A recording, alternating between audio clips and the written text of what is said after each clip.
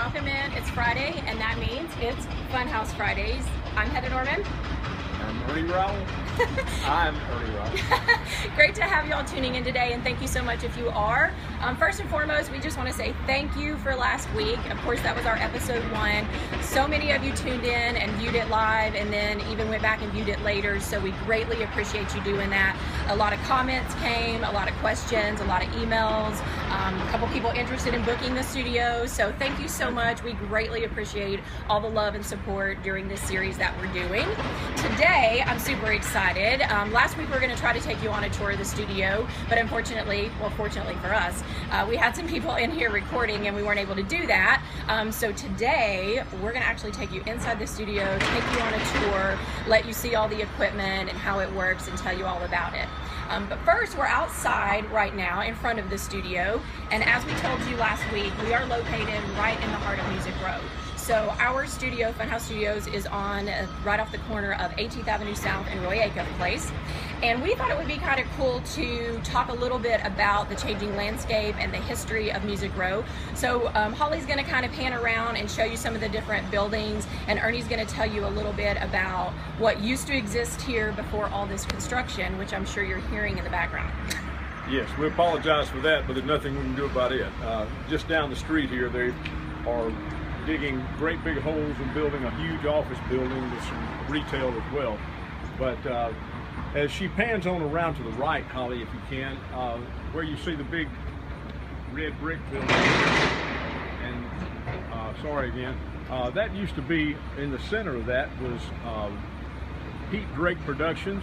Just past that, Pete Drake's recording studio, that is, great steel player and producer years ago. Just past that was Fireside, which was owned by Porter Wagner. He and Dolly recorded there many, many times. A little further down this way now, to the right, Holly, the blue building, that used to be Ovation Records, which housed the artist the Kindles, and the song that they had called Heaven's Just a Cent Away was a huge hit for them. A little further down to the right, and you see the Tan building, just past the building. That was Marty Robbins' building for a number of years, and Marty had his offices there for his publishing company. He had a studio across the way as well, and was just a great, great country artist many, many years ago. Further around to the right, as you see the street crossing down, you see the building that looks like a what am I trying to say? It looks like a log cabin. Yeah, kind of with a log a water cabin. wheel out front. It's that used to be the music mill. Right now, that's the Nashville Songwriters Association, International or National Songwriters Association International. It may be National. Anyway, that building housed the recordings of Alabama, George Jones, Tanya Tucker, Glenn Campbell, Oak Ridge Boys, many others used to record there, and it now is just housing the Songwriters Association and their good work promoting and protecting songwriter rights. We'll go on into the studio if that's all right. It's a little quieter there, and we'll welcome everybody. Glad you're with us. As we enter, our first little area here is just a lounge area, and come on in. Yeah. And the cool thing about, as we were talking about last week, our studio, as you just saw the changing landscape of Nashville, everything used to be housed in all these really old, beautiful houses. Ours still is, and this actual house was built, what, the early 1900s? 1910, I think. And was converted into a studio probably in the 70s, the 70s, and has remained that way ever since, of course. Some people might remember it being called the Shook Shack. A guy named Jerry Shook owned this building and started the studio business here in the 70s. And he was a musician, a session player, mainly rhythm guitar, and a great guy. And he was here for several years. But you can see this is kind of a lounge area through the front door. It's a great area for people, you know, if artists are bringing in family or friends or whatever, they can come in and kind of hang out here. It's a great place for the musicians in between songs when maybe someone's doing overdubs or whatever. They can come in here and hang out. And we can also utilize this if it happens to be a really big session where they're using like 6 or 7 musicians and we need the isolation booth for an instrument, then the vocalist can come out here and actually do their vocals in here. Holly's done that several times before. They're scratch vocal typically. It's just something for the musicians to have a guide. So we don't usually use that vocal, but it gives, like I said, the musicians an opportunity to follow what they're doing so they don't play over their lyrics and what they're singing. All right, so moving into this room, this is where we house the drums.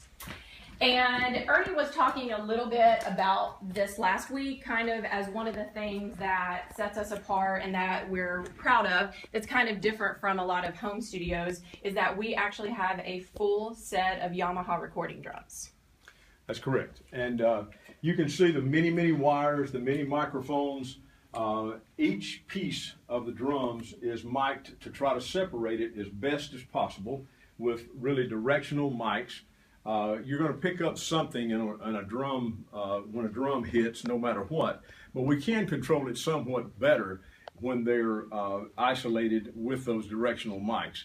And we use 8 to 10 microphones depending on the size of the set and how many pieces, cymbals, and everything that they want to use. But you can see many microphones and pieces that go there, as well as overhead mics for the cymbals typically, and then in-house mics, which are behind where she's filming, that just pick up room mics, we call them. They just pick up an overall sound to kind of mix on top of everything. It gives the sound a little more depth. And as you can imagine, drums, of course, are very loud, so they have to kind of have their own room, their own space, and kind of be isolated from all the other musicians. And you wouldn't believe how much technical effort actually goes into setting these up. There's been a few times that we've had different bands in here that we've had to break down the drums because they wanted to bring their own set and play those that they're used to. And when we do that and then have to put this all back together, it's like a cumbersome, time-consuming task to do that, because it literally is a method to the madness of how you place these, where you place the microphones, where you place the cords and the wiring to get it just right. And if you'll pan around to the front, Holly, the really cool thing is the window there. So you always want the musicians to be able to see one another so that they can feed off each other and see what the others are doing. So of course we have that complete see-through window into the main tracking room for the drummer so he can see. Yeah, the drum room is almost like a puzzle, as Heather was talking about, because it's so many pieces, and when we do have to take it down and put it back, it's like a puzzle being put back together. And we thankfully have wonderful engineers that, particularly one in particular, Rod Engel, who does a great job for us. You'll be meeting him in a future episode of our Funhouse Fridays. And he'll be talking about more of the technical aspects. He's a wonderful engineer as well as songwriter, singer. Just about anything you can imagine, Rodney can do it. He's a great talent. He really is. So, oh, see, they really work. That's about as far as my drum playing goes, though. So. And mine too. I'm not a drummer, but we do know a little bit about the drums. We'll walk on around. All right. Go that way. Let's go this way. So this is, as we said, when it comes to recording and it comes to sound, the important thing is everything to be isolated and everything have its own area to live in. So this is what we call the vocal booth. So this is where the vocalists will come in and lay down their scratch vocals as the musicians are playing. And as Ernie said, that's kind of how it works. So you have the musicians playing the song, but they also need to hear the vocalists so they know when to come in, that they're staying with the track, that kind of thing. And if you want to talk a little bit, Ernie, about like the microphone and what this is and kind of how that works. This is just a wind screen to keep the P's from popping, the T's from being too harsh into the microphone. We don't really actually need that as much in here, but we have one here today just to show that. And then a little gadget here that separates the this particular mic from all the rest so they can turn themselves up. The window right behind that is a sight line into the control room, and we'll be in there in just a few minutes where the producer and the engineer sit, and they need a direct line of sight to the singer so they can sometimes point them and count them in at a certain place, or to see their reaction to things so they know if they like what's happening in the session, or perhaps they say, you know, stop and we'll start over. So That doesn't happen very often because we do pre-production so that we're all on the same page most of the time. But in that occasion that maybe it's too low or the key's not right for them for some reason, they need that sideline. And later on in another episode, we might talk a little more about actually recording and the microphones and things that are used. But that's one of the things we try to do here at Funhouse as well, is keep a pretty good collection and selection of microphones for various things, because it does make a difference. You know, certain mics are better for certain instruments. Certain mics are better for certain vocalists. Maybe if you have a lower range, if you have a higher range, and everyone kind of has their own particular style of singing, and so the microphone really can play an important part in finding what makes you sound the fullest and the warmest and that kind of thing. Exactly. All right. Into the main studio. So this is what we call Studio A, and this is the main tracking room. So this is where all the musicians will gather to play, and again, this is something that I think differentiates from home studios as well. So as we were talking the other day, a lot of home studios are just maybe like one room with a control and a vocal booth, and you pretty much just have a musician or an engineer playing every instrument, or they're doing a band in the box thing where they purchase different tracks and instruments and kind of made the track and put it together. But this is actual live recording. So talk about the piano. Okay, we are very fortunate to own one of the best Yamaha C7 baby grands that there is. We have renowned pianists that have come here and used this for particularly recording piano albums. John Jarvis was one of the first. He's a session player and a wonderful player who used this early on when we first got it, and he has spread the word for us to many other pianists, and we have Brian Boland in particular, who is a kind of a old ragtime boogie woogie jazz fusion mix of player. He and Danny Coots, his partner who plays drums, have piano and drums or some combination of that. So the piano is a wonderful instrument. We're very fortunate to have a really quality one here, one that musicians in town rave about, and we're really blessed to have that. But in addition to the Yamaha C7, we have a Hammond A100 organ, which is baby sister to the B3, and it has all the bells and whistles that a B3 has, and in addition to having its own onboard sound or speaker and power supply. We don't use that very often, as you'll see farther down. The swirling sounds that you want from the Hammond organ, but it has a great sound as well. And it's amazing the addition that an organ can make to a track. Like just the really neat sounds that it can add to a song is pretty amazing and incredible. And usually our piano player, we call this our piano kind of area here. Mm-hmm. Typically they will sit there for the main tracking, then add either the A100 sound or the Hammond, and then typically on this stand right here, they'll bring an electric piano, which might have other sounds as well that they can add to the track after we've gotten the basic track. We can add string pads, we can add other Fender Rhodes sound, Wurlitzer sounds that they have on board their electric piano, which makes it a real rounded, well-rounded keyboard section, and these guys are wonderful that come here to play. So yeah.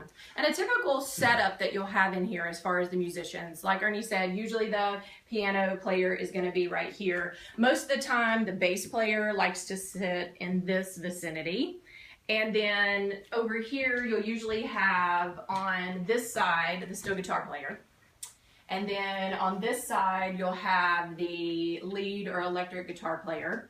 And then as you'll see behind us, we have a couple more isolation booths, and these are typically used for fiddle, for rhythm guitar, for if we have a stand-up bass, we're doing like a bluegrass project, there'll be a stand-up bass. So these are great isolation booths for that. And why do you want that? Well, you have to, again, you're separating tracks. You're exactly. Trying to make sure you have the best quality control over each instrument, so in the mix you can do things to it to make it sound different ways, and get the sound that you're going for. So those isolation booths are very important. Just like the drum separates itself on the far end there in that whole big room, these are smaller instrument booths, but they do the same thing in separation. And as Holly's panning around in these isolation booths and the studio, you'll see that the walls are always covered in fabric. And those are kind of what we call like baffles or barriers. So those are important in any studio environment because they really help to absorb the sound. Right, keep it from bouncing around and making a swirling sound or an odd sound. You want the pure sound of that instrument, and the best way to do that is to capture it locally, right in front of it, not some bouncing around, swirling sound that you might get in harder walls. Yeah, and a lot of people are wondering, I'm sure, like, how does that work? You've got all these musicians in this one room and they're all just picking away, but how does it work? So, you know, that's where I think like headphones and things come in to use. So every musician is going to have a set of headphones on. Everything is being corded and fed from their instruments into the board in the control room, which we'll see here in just a second. And then they're listening to each other and the vocalist and the track going down in those headphones. So that's how they're able to kind of focus and play. And you might wonder, well, how do the amplifiers for the steel player in particular and the electric guitar player, don't they make a big enough noise to really get on the other tracks? Yes, they would, but we have fixed that problem too. So if we'll come this way. There's so many technical little nuances to the recording industry. This is a little room that just basically is a break room, but if you'll notice the two boxes that we have built in the corners, they're to isolate the amplifiers for both the electric guitar and the steel guitar. So you'll see they're soundproofed as well. They have microphones inside there, and they're fed through the walls into the control room, which we're about to enter. So that we're still controlling everything, all the sound. We're trying to keep it under control so that we can isolate and mix and tweak, if you want to call it that, put EQ on it and so forth. But again, this is just another break room as well, and a copy place there, right behind Holly, so that we can copy all of our charts and make sure everybody is on the same page. No pun intended. All right, so this is the main control room. This is where everything happens, all the magic happens. And I know Ernie will be great about talking about this because this is kind of the new wave of technology and how recording happens now. But back in the day, it was all, what, analog? It was all analog. It started out analog with actually just one track. Back in the early days of recording, you had a one-track machine recording everything at once. So that engineer sitting behind the console had to get it right the first time.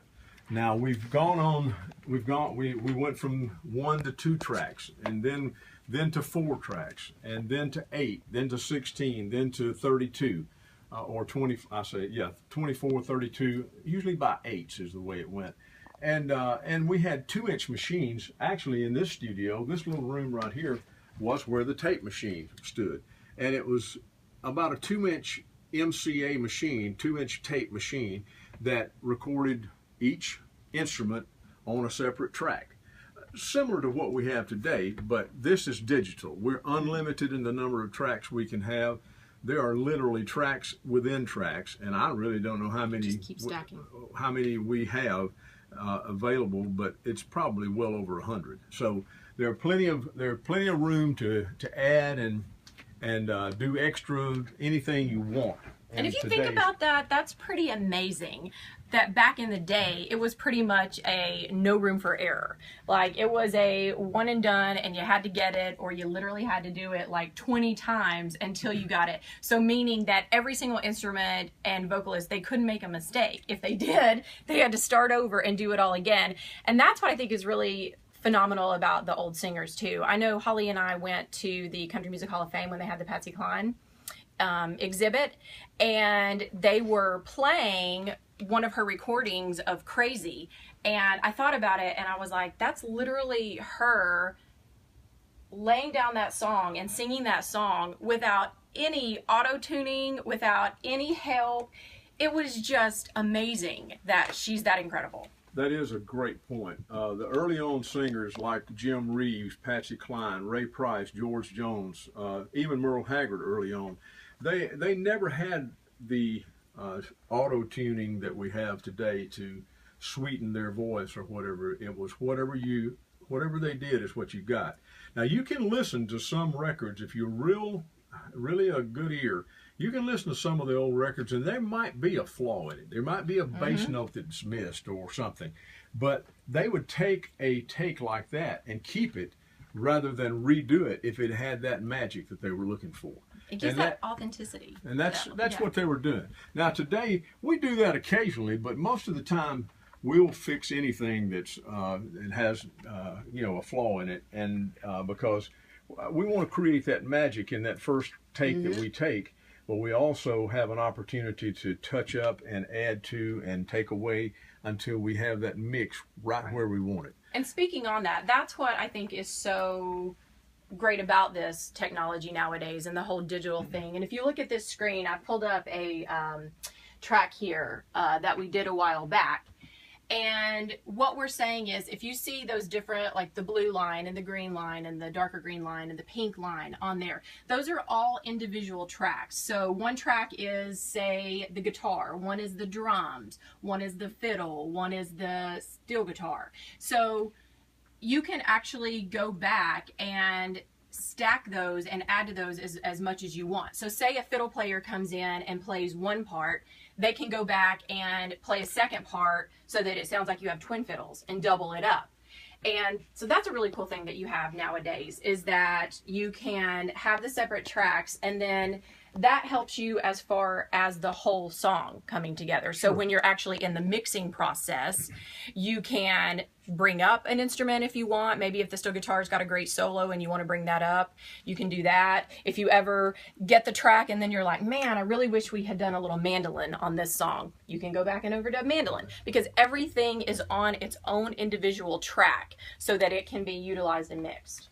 Yeah, and speaking to that a little further, not long ago I saw a guy in the studio here adding violin parts and viola. This young lady played violin and viola, probably 16 parts, or doubling her part, probably 3 or 4 parts, and then doubling each one or tripling them to sound like almost like a string section. And when they finished, it did sound like, but it was actually one person doing it. So it's amazing what they can do. We have great digital equipment here. This is Pro Tools that we use. We're using version 10. We have some great outboard pre's. We have great EQ and onboard as well. Internally with the Platinum Waves bundle that we have, just about any effect you can imagine, we can add to your song. So they're really, the sky's the limit on what we can do with the electronics. And when it comes right down to it, there's several studios still in existence and a lot of studios in Nashville. And Funhouse and Ernie and I might not have the fanciest studio or the biggest studio with all the lavish like chandeliers and bars and things like that, but when it comes down to it in recording, what you want is great sound. You want your song and your album to sound and be the best that it possibly can be. And that all matters the people and the equipment you have. So do you have the right equipment to capture that? Do you have the right engineer that knows how to do that? Do you have the great session musicians that know how to play your song and make it come to life and add their spin and creativity? That's what it all comes down to. And we're able to do that. Absolutely. Yeah. And this is, if you look around the room as well, and I'm sure Holly's panned it a little bit and you've seen, this actual room was designed and built in the 70s, and they had someone come in and almost like an engineer to specifically design it for recording and sound. And then talk about the wood on the walls, because everybody's always fascinated with this wood. Yeah, it's called wormwood, and I think that's right. And, yeah, it is. And it's a Westlake tuned room. It was actually tuned to this size to be the perfect sonics and sound for this room. and it sounds great. You can tell the difference. I don't know if you noticed it walking in from one side or the other to the control room. Our voice changes when we go in here because it's so sonically right that everything is captured, just the voice and not anything that embellishes it. The walls are built to be odd shaped. It's square in the front, or actually it rotates in a little bit and then goes out, kind of in a whatever shape that is. I didn't do well in an unusual shape in geometry, so. But all that definitely plays into the whole sound process. Right, exactly. And there's even a bass trap of about 16 inches behind this burlap. There's a good bit of treatment there to absorb the bass and keep it from being a bouncing situation. Control it. That's the main thing. And let's move into, so as we said, that was Studio A that we just saw, the tracking room and the control room. So when Ernie and I took the studio over in 2007, being that this was an old house built in the early 1900s, a lot of it had started to degrade and deteriorate. So we decided, in order to maximize our artists and clients and songwriters' potential, we wanted to add a second studio on. So we actually, where Holly is standing, where we just came through that doorway, we actually tore off the entire back of the house in 2007 and then rebuilt onto it. We added a kitchen, we added an office, a couple of really nice bathrooms, and then the B room, which is the star of the show. And we called this one, so the A room was our tracking room. This is totally what you would call an overdub room. Overdub and mix. So once someone comes in and they lay down their tracks and they get their tracks and they've done their scratch vocal, they're going to come back in and actually do the for real vocal. So lay down their actual vocal, maybe bring in background singers to do some backgrounds on it. Again, they might get the track home and listen to it and say, you know, I really wish I had added a mandolin to that. And then they might have a mandolin player come in here and lay down a mandolin part. This room is also sonically treated. You'll see the baffles that are around different sizes that are hanging on the wall. That's to minimize the bouncing of the sound and to make sure we're capturing the pure sound as the engineer and producer sit in these two chairs and listen to what's coming out of the speakers. They want to make sure that what they hear is what they're going to leave with. So we don't want anything embellishing it other than what the equipment does to it. And that's what we're doing. We would have a session up here just like in the other room and just take it from one computer hard drive to the other one and bring it in here to finish it, which is what this really is. The B room is a finishing studio. Holly, if you want to show inside the B room or the vocal booth there, you can see the Neumann U87, one of the better vocal mics there is. We have others. We have an M150 as well, or is it 149? I'm sorry, M149. And it's a tube mic, which is great, but this old mic right here has been around a long time and it sounds great on vocals. It's also good for background vocals. It's also good for instruments. So it's really a great multi-purpose Neumann mic, which are made by the Germans. They know how to do that stuff. And we're really proud of this room. You know, this is something that Ernie and I and my dad, who is a builder, he was actually very instrumental in helping us bring this to life and bring this dream and vision to life. And we consulted a lot with different sound engineers and audio engineers to really make sure that we were designing this room and that we were getting the baffles and everything just right and in the right places so that we did maximize that warmth and that sound. And I'm proud to say that we actually built these baffles ourselves. We did. So, but you know, the thing that I think I'm most proud of when people come in here, and again, we're, you know, not the biggest or fanciest studio, but the thing we get time after time comments from artists and songwriters that come in here, they say, I just love your studio because it has such a great vibe and such a comfortable, warm, inviting feeling. And that's what you want, right? When you're recording. So, you know, recording and songwriting and singing is such a, I think, personal experience anyway. When you're actually working on bringing your song or your creativeness to life, that's what you want. You want to feel comfortable. You want to feel happy and all that kind of stuff. And I think that is what we've accomplished here, and hopefully what, you know, our studio does for artists and songwriters that come in. And it seems too, we get that comment time after time. Songwriters and singers want a creative vibe. They start it with the song, they write the song, they want that to continue, that magic to continue as they go in the studio. And that's what we've tried to capture here, and I think we have, because we have had some great comments from people, producers, songwriters, singers, musicians. All of them have really commented and been very supportive. And that's what we want to do for you. We want to help you make those right choices and those right decisions as to how to record and where to record, and, you know, make the process really easy.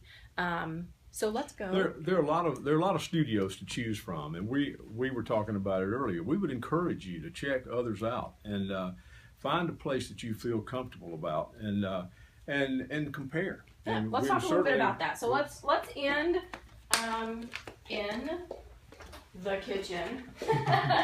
So we did add see, you can totally tell the sound difference. So see, moving from that room where everything was kind of enclosed and warm, it's kind of now like bright. But we did want to add a kitchen so that people had an opportunity, because a lot of times people come in and record sessions and they're here all day long. They come in and they track for 6 hours, and then they want to go ahead and try to lay down some of their vocals, and so they're here all day long. So we wanted to give them a place that they could order pizza or bring in donuts and coffee in the morning and have an opportunity, we can sit down here, have an opportunity to have somewhere to just eat and take a break and chill. That's right, and we feel that this is a good room for that. It's been utilized by many people already, and they've had great comments about this room as well. It's a fun room. It's a fun house. It is. It's, as you've seen, it's very colorful. So if you know anything about Holly and I, then you know we're nothing but gaudy. And we love color and energy. And when we did the whole renovation on Funhouse, that's one thing I wanted to do, is I wanted to bring that liveliness and that color and that energy, so that when you walk in here, you're like, yeah, this is a great place. So let's talk a little bit quickly, because I know we're keeping you a long time. But now that we've told you who we are last week and what we do, and now we've taken you on a tour of the studio and given you some of the insights into the equipment and things, let's talk about, now you want to record. So how do you pick the right studio?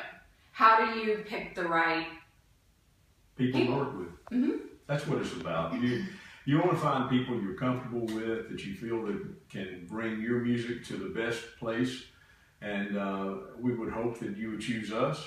As we said before, and even today for sure, that there are others out there, and we expect you to check it out. That's only smart business, to check others out. But give us a chance to win your business, and we'll do everything we can to make sure that we bring your music to the best place it can possibly be, and give you the best advice as well about the business. A lot of experience, and a lot of people around us that have experience as well, and that we can draw from. So utilize that, and if we can help, please give us a call, check our website, send us an email, whatever you want to do, and we'll certainly discuss what is on your mind with your recording, and be glad to try. And that's what we want to do. We want to make that connection with you. We want you to be a part of this process. We want you to, you know, experience every aspect of it and know exactly what you're getting and all that kind of stuff. And so we do encourage you, you know, go online, research other studios, call them, talk to them, get different bids as to how much, you know, whether you're wanting to do a single song or an entire project. And then also seek out that studio. Come take a tour. Make sure that it's the right vibe and the right fit for you. See what kind of equipment they have. See what musicians and things they can bring in for you, because that's ultimately it. You want the best project, the best sound, the best quality for the best money. I'd second that totally, and we appreciate y'all's time today. Come back and see us. Thank you so much for tuning in.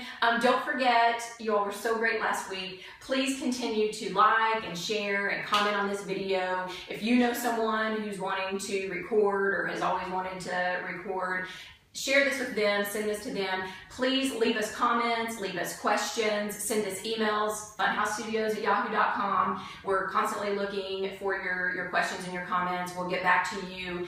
Any way we can help you, that's what we want to do. And so don't forget also to tune in next week. I think it's Friday the 13th.